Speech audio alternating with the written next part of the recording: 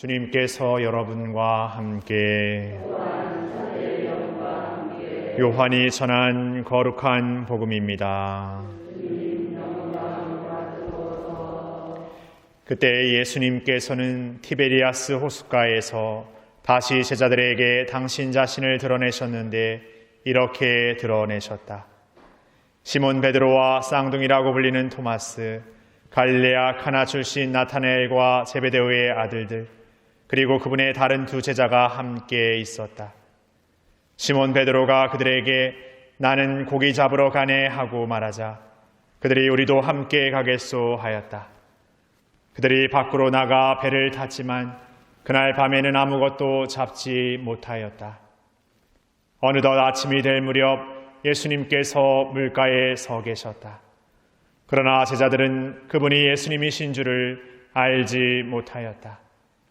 예수님께서 그들에게 얘들아 무얼 좀 잡았느냐 하시자 그들이 대답하였다. 못 잡았습니다. 예수님께서 그들에게 이르셨다. 그물을 배 오른쪽에 던져라. 그러면 고기가 잡힐 것이다. 그래서 제자들이 그물을 던졌더니 고기가 너무 많이 걸려 그물을 끌어올릴 수가 없었다. 예수님께서 사랑하신 그 제자가 베드로에게 주님이십니다 하고 말하였다. 주님이시라는 말을 듣자 옷을 벗고 있던 베드로는 겉옷을 두르고 호수로 뛰어들었다. 다른 제자들은 그 작은 배로 고기가 든 그물을 끌고 왔다. 그들은 무태에서 100m쯤 밖에 떨어져 있지 않았던 것이다. 그들이 무태에 내려서 보니 숯불이 있고 그 위에 물고기가 놓여 있고 빵도 있었다. 예수님께서 그들에게 말씀하셨다. 방금 잡은 고기를 몇 마리 가져오너라. 그러자 시몬 베드로가 배에 올라 그물을 무트로 끌어올렸다. 그 안에는 큰 고기가 153마리나 가득 들어 있었다. 고기가 그토록 많은데도 그물이 찢어지지 않았다. 예수님께서 그들에게 와서 아침을 먹어라 하고 말씀하셨다. 제자들 가운데에는 누구십니까 하고 감히 묻는 사람이 없었다. 그분이 주님이시라는 것을 알고 있었기 때문이다. 예수님께서는 다가가셔서 빵을 들어 그들에게 주시고 고기도 그렇게 주셨다. 이렇게 예수님께서는 죽은 이들 가운데에서 되살아나신 뒤에 세 번째로 제자들에게 나타나셨다.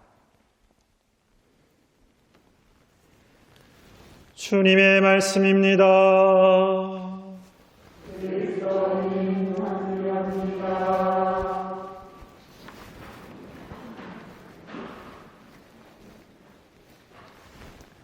참 예수님, 그 어느 때보다 이 부활의 팔부 축제의 날들이 정말 부활의 그 황금빛 같은 날처럼 월요일 지난 주일부터 시작해서 오늘까지 그냥 날씨가 끝내줍니다. 1년 365일 중에 이런 날씨만 제주도가 계속된다 그러면은 제주도에 계속 살아도 여한이 없을 것인데 사실 제주도를 좀 이렇게 살아보면 사실 그렇지 않다라는 걸 이렇게 또 금세 이제 여름 이제 시작하려면 이제 장마 시작되고 막 습해지고 하면 막 살 마음이 다 사라져 버릴지도 모를 거 생각하면 참 어떻게 보면은 우리가 살아가는 어떤 삶의 자리 안에서 느껴지는 어떤 그 감정들에 이렇게 이래차 저래차 이렇게 하는 우리 모습이 있습니다. 그러니까 뭔가 대단한 결심을 하고 뭔가 대단한 어떤 마음을 품어도 어떤 상황이 탁 벌어지면 어딘가 모르게 그게 훅 하고 이렇게 무너져 버리는 거죠. 오늘 이 예수님의 부활 사건을 체험한 제자들이 자신들의 일상의 생활로 돌아가 생활합니다. 그러니까 어떤 기쁨이고 굉장한 어떤 사건을 체험했지만 그들의 일상 안에서 일어나는 어떤 어려움들은 여전히 분명하다는 것이죠. 오늘 고기를 낚는 제자들의 모습에서 그들은 직업상 어부였지만 밤새 고기 한 마리 못 낚는 그런 상황에 놓였습니다. 그러니까 뭔가 내가 나름대로 삶에서 갈고 닦았지만 삶이 내 마음처럼 매 순간 매번 잘 되진 않습니다. 한계에 부딪히고 어려움에 부딪히고 때로는 내 한계를 넘어서서 도저히 할 수 없겠다, 불가능이다 라고 이렇게 말하는 것처럼 뭔가 포기해버리고 싶은 마음의 순간들도 여럿 있습니다. 뭔가 대단한 것을 경험하고 대단한 체험을 우리가 갖고 있다 하더라도 신앙 안에서 뭔가 뜨거운 체험을 하고 뭔가 이걸 갖고 있다 하더라도 내 삶으로 돌아와서 막상 현실을 마주할 때 되면 탁 하고 턱 하고 이렇게 부딪히는 거죠. 그러면 어떤 뭔가 채워넣었던 뭔가 준비되었던 것들이 온데간데 없이 그냥 턱 여기에 휘말리고 뭔가 이렇게 넘어지고 말죠. 그러면은 더 어떻습니까? 아무런 준비가 되었지 못하고 그냥 방만할 때 그런 체험보다 뭔가 이제는 되겠다 싶은 생각이 들었는데도 그런 경험을 하면 나는 해도 안 되는구나 이런 생각도 듭니다. 그런데 오늘 제자들은 자신들의 일상의 그 한계의 체험 안에서 예수님을 만나게 되는데 그 예수님을 만나게 되면서 벌어지는 일이 굉장히 놀랍습니다.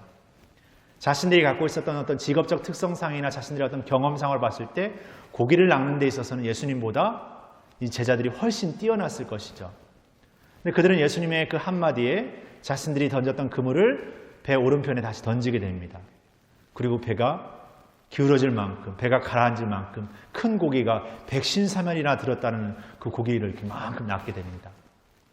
자신의 생각과 판단으로는 절대 이룰 수 없는 일들을 자신의 눈앞에서 벌어지는 것, 굉장히 놀라움이고 신비이고 기적이죠. 그런데 우리의 일상 안에서 우리가 준비되어지 못하고 우리가 아무리 노력해도 되지 않는 어떤 그 일상의 어떤 것들이 예수님의 안에서 이렇게 기적처럼 우리에게 다가온다는 것이죠. 그러니까 우리가 신앙을 산다라는 것은 뭔가 우리가 준비되었고 뭔가 우리가 다 갖춰졌고 뭔가 우리가 어떤 열심히 했기 때문에 어떤 찾아오는 것이 아니라 이렇게 일상의 기적처럼 어떤 면에서는 내가 노력하지 않았음에도 주어지는 선물처럼 이렇게 다가오는 것이죠. 근데 그것을 받아들일 수 있는 사람은 어떤 사람입니까? 예수님의 뜻을 받아들일 수 있는 사람. 거기에 마음을 온전히 열 수 있는 사람. 오늘 제1독서를 보면 예수님이 십자가 사건으로 향하는 여정 안에서 그렇게 도망쳤던 그 제자들이 이제는 그 박해하는 이들 앞에서 두려워하지 않으면서 당당히 누구의 이름으로? 예수님의 이름으로 병자들을 고쳐주고 그리고 사람들에게 어떤 복음을 선포합니다. 그들은 어떤 다른 이유가 아니라 그 부활하신 예수님을 만났고 이제 그분을 통해서만 우리가 우리의 능력과 우리의 자격을 넘어서 이 놀랍고 신비로운 일들을 이룰 수 있다는 그 큰 믿음이 있었기 때문에 가능했습니다.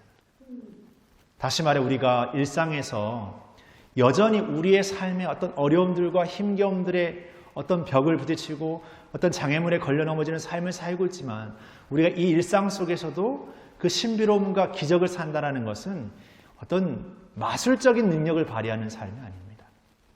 내가 같은 그 삶을 살고 있지만 그 삶에 어떤 반복되어지고 뭔가 이렇게 쳇바퀴 되어지는 어떤 삶을 살고 있지만 거기에서 내 능력과 내 생각으로 판단하고 포기해버리는 것이 아니라 끊임없이 주님께 우리의 마음, 우리의 부족함, 우리의 준비되지 못함 그 자체를 내어 맡길 수 있는 삶.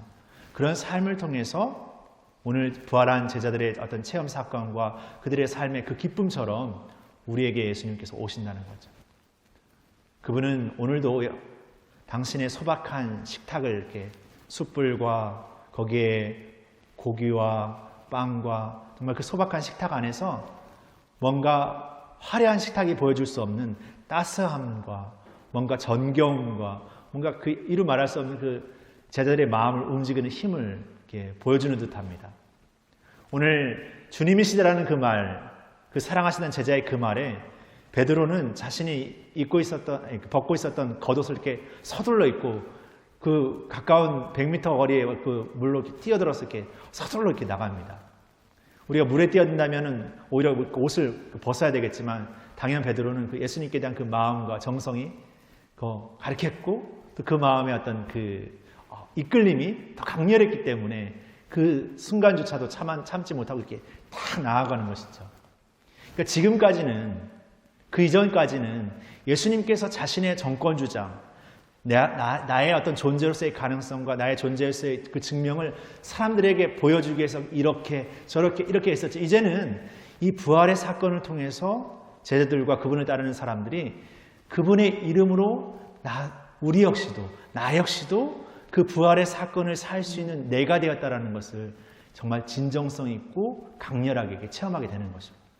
그러면서 이 부활의 삶을 통해서 이제는 그 바로 사도가 갈라티아서에 표현한 것처럼 내가 사는 것이 아니라 그분께서 우리 안에서 사시는 것이라는 어떤 그 표현처럼 이제는 내가 이 부활의 기쁨을 사는 것이 그냥 그분을 맡은 어떤 수혜적이고 그냥 내가 그냥 느끼는 그런 신앙이 아니라 나를 통해서 또 누군가에게 전해줄 수 있는, 증거할 수 있는, 보여줄 수 있는 그 당당함을 얘기할 수 있는 그런 신앙이 되는 것이죠.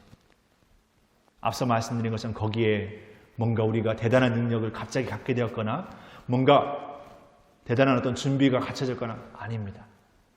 여전히 부족하고 늘 일상의 어떤 것에 잘 넘어지는 우리지만 우리가 그분 안에서 그런 믿음으로써 그런 확신으로써 살아가는 것이죠. 우리의 힘이 아니라 그분께서 주시는 것으로 그분께서 주실 것이라는 그 믿음 안에서 그 신앙을 살아가는 것입니다. 그 믿음, 그 믿음의 힘, 그 믿음의 은총을 우리가 우리의 삶에서 증거해 보여줄 수 있는 그런 신앙인이 되어야 되지 않을까 싶습니다. 그런 부활을 전해줄 수 있는 그런 부활의 기쁨이 이제는 우리를 통해서 또 다른 이들에게 전해줄 수 있는 그런 우리가 되었으면 좋겠습니다.